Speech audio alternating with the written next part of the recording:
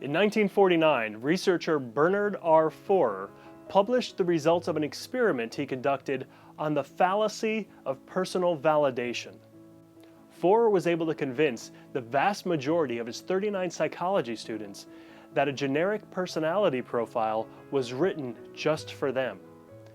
In fact, he got the majority of the statements on this personality profile from a newsstand astrology book.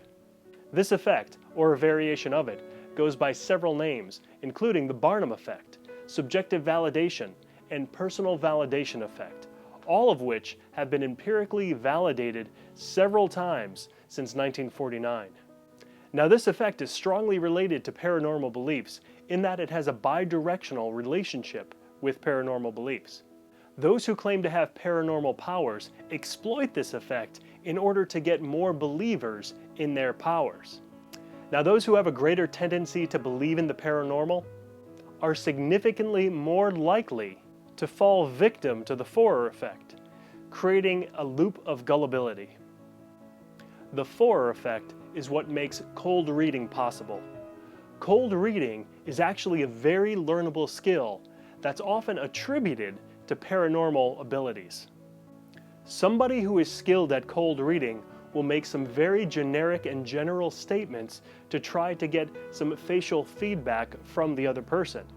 If the other person does not respond or has no strong facial response to any of the statements that are thrown out, the person doing the cold reading will change it up and throw something else out and see if it sticks. Eventually, there will be a hit. Eventually, the cold reader will say something that sparks some excitement or some kind of emotional reaction in the person that they're doing the reading for.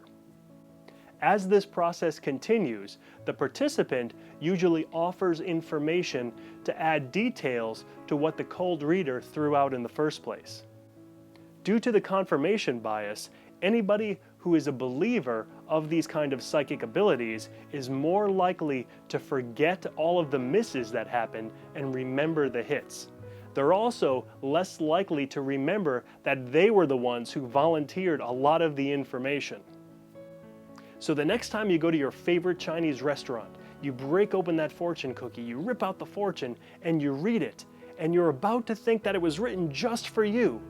Remember the Forer effect, and don't make any major life changes based on fortune cookies.